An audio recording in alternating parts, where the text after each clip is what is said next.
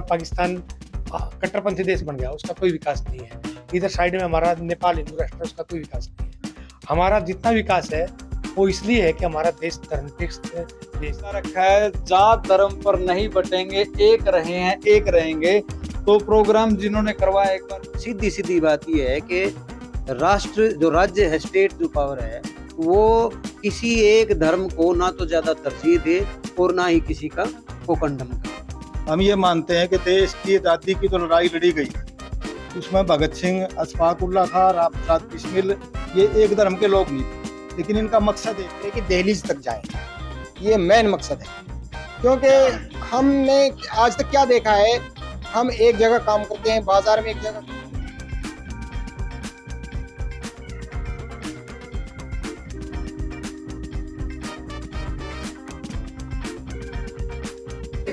कौमी एकता जिंदाबाद, कौमी एकता जिंदाबाद।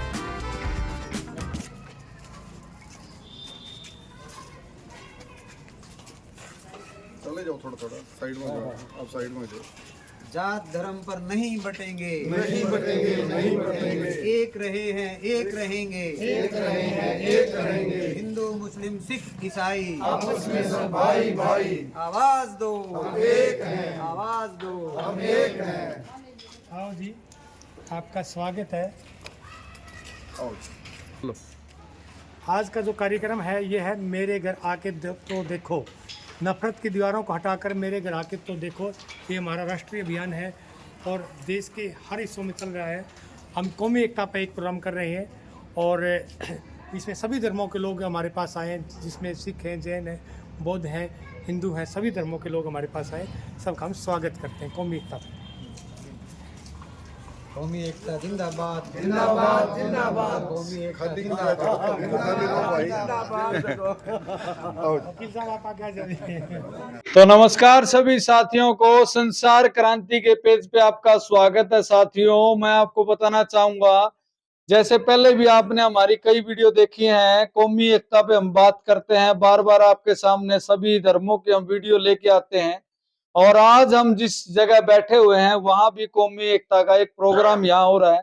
क्या प्रोग्राम यहाँ हो रहा है आप चारों तरफ देख सकते हैं। कैमरामैन से कहूंगा एक बार चारों तरफ घुमा के दिखा दें। सभी धर्मों के साथी गणमान्य व्यक्ति यहाँ बैठे हुए हैं, उनसे एक बार बातचीत करेंगे। यहाँ इकट्ठा होने का क्या मकसद यहाँ उनका हुआ है। नमस्कार सर। नमस्कार। क्या नाम है सर? सरदार गुरविंदर सिंह संधू। अच्छा गुरविंदर जी, आज इकट्ठे हुए हैं, क्या कुछ है वो बताओ, क्या ओकेजन है आज? ये हमारा शुरू से ये रहा है कि हमारे कोई जाति पाति में ना बांटा जाए। जो कुछ लोग, सारे तो नहीं, कुछ लोग ऐसा रखते हैं कि अपने स्वार्थ के लिए हमारे को जाति पाति में बांटते हैं, और अगर हम बट जाएंगे तो नुकसान हमारा होगा, हमारे देश का होगा। इसलिए हम ये चाहते हैं कि हम भाईचारा बना के रखना चाहते हैं, और ये चाहते हैं कि हिंदू, मुस्लिम, सिख, ईसाई, जैन, बौद्ध, जो भी जितने भी धार्मिक दायरे हैं वो सारे एक रहें, एक दूसरे से मिलजुल के रहें, प्यार से रहें। तभी ये हमारा एक देश सोने की चिड़िया बन सकता है कि हम मिलजुल के रहेंगे। अगर पहले था हिंदू मुस्लिम सिख ईसाई आपस में सब भाई भाई है, नारा लगाया जाता था। बिल्कुल लगाया जाता था, हिंदू मुस्लिम सिख ईसाई आपस में सब भाई भाई। ये भी कहा जाता था कि 4 वर्ण है, आज 36 जातियों में बांट दिए गए हमारे को, और 36 की भी 38 होली है। तो हाँ जी, किसी को कोई नाम दिया जाता है, किसी को कोई नाम दिया जाता है। इसलिए इन सारी चीजों से बाहर आके हम तो सबसे हाथ जोड़ के यही विनती करते हैं कि आपस में प्यार बनाए रखें, आपस में प्यार से रहें, जहां भी रहें एक दूसरे के सहयोग करें, दुख सुख के साथी हों, तभी हम एक सुख का जीवन जी सकते हैं। अगर हम एक दूसरे से कटेंगे तो अपना जीवन भी खराब, अगले का भी खराब, और इस संसार में भी संदेश गलत जाता है। बिल्कुल बिल्कुल। अभी कुछ मुस्लिम साथी भी हमारे साथ है। नमस्कार जी। नमस्कार। अस्सलाम वालेकुम। वालेकुम सलाम। सब वाह जी वाह, क्या नाम है आपका? मोहम्मद अहमद। अच्छा मोहम्मद जी, आज किस तरीके का ओकेजन क्या है आज? असल क्या है, सामाजिक सद्भावना मंच हमारी एक ट्रस्ट है, और उसके जरिए हम लगातार 3-4 सालों से ये प्रयास कर रहे हैं कि लोगों के जो अंदर तनाव है, आजकल जो नफरत का माहौल है, उसको खत्म करने के लिए हम एक दूसरे की दहलीज तक जाएं। ये मेन मकसद है, क्योंकि हमने आज तक क्या देखा है, हम एक जगह काम करते हैं, बाजार में एक जगह काम करते हैं, हिंदू भी मुस्लिम भी, लेकिन एक दूसरे के घरों के माहौल को नहीं जानते। बाहर बाहर नफरत है, अंदर के माहौल कैसे हैं वो हम नहीं जानते। तो इस मकसद के तहत हमने एक प्रोग्राम शुरू किया हुआ है कि मेरे घर आकर तो देखो, नफरत की दीवारों को तोड़कर मेरे घर आकर तो देखो। ये उसी की एक कड़ी है। और दूसरा क्या है कि रमजानुल मुबारक का महीना है और रोजा इफ्तार का टाइम है, तो हमने सोचा कि रोजा इफ्तार का जो है ये भी प्रोग्राम हो जाए।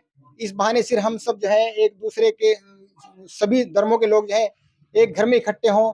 तो ये हमारे साथी हैं रामफल दहिया, सामाजिक सद्भावना मंच के जो है क्या नाम उसका एडिटर भी हैं, वो डायरेक्टर भी हैं। इनके घर पे ये प्रोग्राम है और लगातार इनकी और हमारी ये कोशिश रही है कि समाज के अंदर से किसी तरीके से नफरतें जो है वो खत्म हो। खत्म हो, मतलब एक हिंदुस्तान प्यार का हिंदुस्तान दायरा। जो है वो आजकल हमारा जो सामाजिक ढांचा है वो बहुत गलत हाथों में है। इसको बचाने का एक यही तरीका है। भाईचारा ही इसका तरीका है। हाँ जी, हम अभी हमारे साथ सोहनदास जी भी जुड़े हैं। नमस्कार जी। नमस्कार। अच्छा सोहनदास जी, प्रयास पूरे समय से, पुराने समय से चल रहा है सद्भावना के लिए, किस तरीके का माहौल बनता हुआ जा रहा है वो एक बार बताओ समाज। ऐसा है, ये जो कार्यक्रम है ये सैकड़ों संगठनों का एक नेटवर्क है। उसकी बैठक में 15 अगस्त को शुरू किया गया था और पूरे देश में सभी राज्यों में ये अभियान चला हुआ है। खासकर ज्ञान विज्ञान आंदोलन है जो इसको लीड कर रहा है। हम ये मानते हैं कि देश की आज़ादी की जो लड़ाई लड़ी गई थी उसमें भगत सिंह, अशफाक उल्ला खां, राम प्रसाद बिस्मिल ये एक धर्म के लोग नहीं थे, लेकिन इनका मकसद एक था कि देश को आज़ाद कराना है। और आज़ादी भी इस तरह की जिसमें नफरत ना हो, छोटा बड़ा ना हो, भेदभाव ना हो, सबको अवसर मिले, इस तरह की आज़ादी की लड़ाई लड़ी गई थी। दुर्भाग्य से ऐसे लोग जिन्होंने आज़ादी की लड़ाई नहीं लड़ी बल्कि उसको पंचर किया, वो आज सत्ता में है और वो लोगों को बांट रहे हैं। तो ये अभियान इसलिए चला गया कि लोगों के अंदर एकता हो, भाईचारा हो और जो गलत फहमियां है एक दूसरे धर्म के बारे में, अल्पसंख्यक के बारे में ये प्रचार किया जाता है कि कई कई शादियां करवाते हैं, कई कई बच्चे हैं, वो सुनी सुनाई बात चलती रहती है। जबकि आबादी आधी से ज्यादा नहीं है महिलाओं की, तो कई शादी कैसे होंगी? तो इन चीजों बाकी को ये- घर जाके ही देखा जाता है। ये बात सत्य है। वैसे अल्पसंख्यक के बारे में जैसे आप कह रहे हो, शादियां करते हैं एक नहीं, के दो। सत्य नहीं है। सत्य कहाँ से होगी जब आधी आबादी महिलाओं की है, तो कई शादियां कैसे होगी? और जो हमारे नजदीक है जब उनके घरों में जाते हैं हम पता भी चलता है वही एक दो बच्चे हैं, वही एक बीवी है, कोई अंतर नहीं है। कोई जिस अंतर नहीं। इलाके के रीति रिवाज है वही सभी धर्मों के रीति रिवाज है। पहले जैसे ऐसा होता दिवाली होली, वैसे तो अभी भी मनाते हैं। कुछ समय से देखा जाए तो धर्मों के बीच में, जातियों के बीच में एक माना जाए कड़वाहट सी आ गई। उसको दूर करने का जो ये प्रयास है बहुत अच्छा है आपका। आने वाले समय के अंदर इससे कितना प्रभाव समाज के अंदर पड़ने वाला है? प्रभाव तो कोई भी जो दिशा होती है ठीक तरह की उसके हमेशा पड़ते ही है, लंबे टाइम तक उसके प्रभाव रहते हैं। यहाँ आप देखो आसी के अंदर लाला हुकमचंद गुलशन और मुनीर बेग दोनों ने इकट्ठी शहादत दी थी, तो आज तक भी आसी का इलाका है उसकी विरासत को लिए हुए है। कोई भी ऐसा काम होता है तो वो विरासत लंबे टाइम तक जिंदा रहती है। चलिए साथियों, और साथियों से भी आपकी बातचीत करवाएंगे। हमारे साथ शास्त्री जी हैं। शास्त्री जी नमस्कार। हाँ नमस्कार जी। शास्त्री जी कवि भी हैं। इसके बारे में मैं आपसे दो शब्दों में बातचीत जानना चाहूंगा। इस जो ओकेजन में आज रोजा इफ्तार पार्टी जो कर रखी है उसके बारे में दो शब्द आपसे लेना चाहूंगा, 4 लाइनें इसके बारे में। ये साथियों ने जो बताया है इसमें मैं ये जोड़ना चाहूँगा बस सिर्फ इतना ही कि हिंदुस्तान की आज़ादी के बाद हमारा जो संविधान लिखा गया वो जिन जिन भी महानुभावों ने लिखा उसके पीछे की जो संघर्षों की गाथा है वो सब लोग जानते हैं। उसमें हिंदुस्तान का जो स्वरूप है वो धर्मनिरपेक्ष स्वरूप है, धर्मनिरपेक्ष कल्याणकारी राज्य और सामाजिक न्याय के ऊपर आधारित है।